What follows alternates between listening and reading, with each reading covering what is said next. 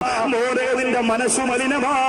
നീ പ്രവർത്തിക്കുന്ന പ്രസ്ഥാനം നല്ലതായതുകൊണ്ട് നിനക്ക് രക്ഷപ്പെടാൻ പറ്റൂല.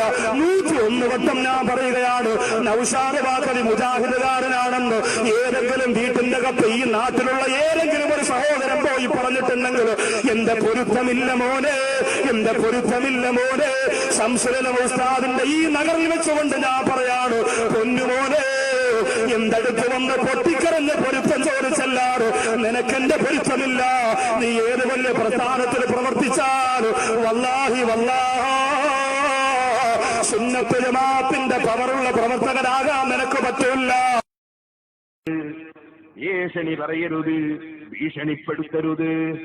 ഖുർആനിന്റെ നിർദ്ദേശങ്ങൾ നമ്മുടെ ജീവിതത്തിൽ പകർത്തണം. അതേ, ചിലപ്പോൾ കൂക്ക് വിളിച്ചവരുണ്ടാകാം, തെറി പറഞ്ഞവരുണ്ടാകാം, പലതും ചെയ്തവരുണ്ടാകാം.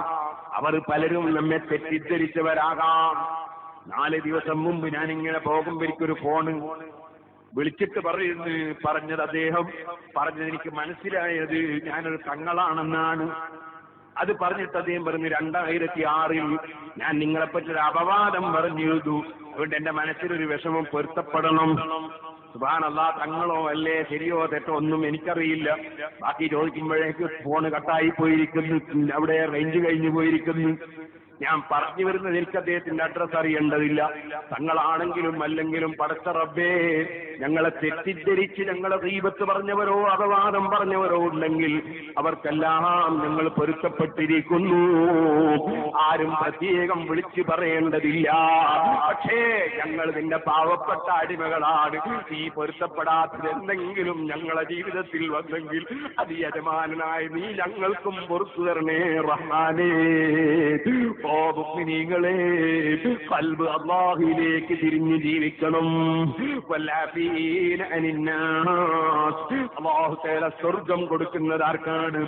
അതേ, വസാരിഉ ഇലാ മഗ്ഫിറത്തിൻ മിർ റബ്ബിക്കും വജന്നത്തിൻ അർദുഹ അസ്സമാവാതു വൽ അർദു ഉഇദ്ദത് ലിൽ മുത്തഖീൻ.